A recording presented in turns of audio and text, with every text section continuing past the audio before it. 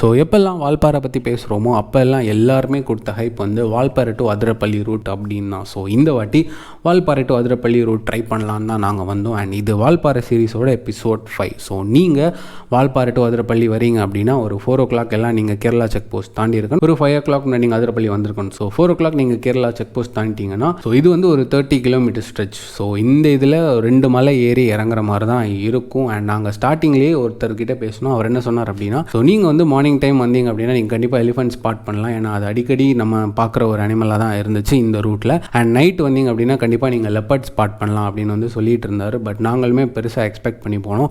அதிரப்பள்ளி, அதாவது Valparai to Athirappilly journey அந்த 30 kilometers உங்களுக்கு போகிற வழியுமே ஒரு வியூ பாயிண்ட் இருக்கும். அங்கே நீங்கள் டைம் ஸ்பெண்ட் பண்ணலாம். அதுக்கப்புறமா ஒரு ரிவர் இருக்கும். ஸோ அங்கே உங்களால் இறங்க முடியாது. ஏன்னா அங்கேயே போர்டு வச்சுருப்பாங்க இங்கே இறங்கக்கூடாது அப்படின்ட்டு. இந்த 30 kilometer ஸ்ட்ரெச் கம்ப்ளீட்லி ஒரு ஃபாரஸ்ட் ஏரியானால நீங்கள் எங்கேயுமே வண்டியை பார்க் பண்ணிட்டு உங்களுக்கான சில்லிங் டைம் எடுத்துருக்கக்கூடாது. ஏன்னா any time anything happens. And இதை பற்றி எலாபரேட்டட் வீடியோ நான் யூடியூப் சேனல் அப்லோட் பண்ணியிருக்கேன். ஸோ நீங்கள் அதையும் பார்த்து தெரிஞ்சுக்கோங்க. தேங்க்யூ.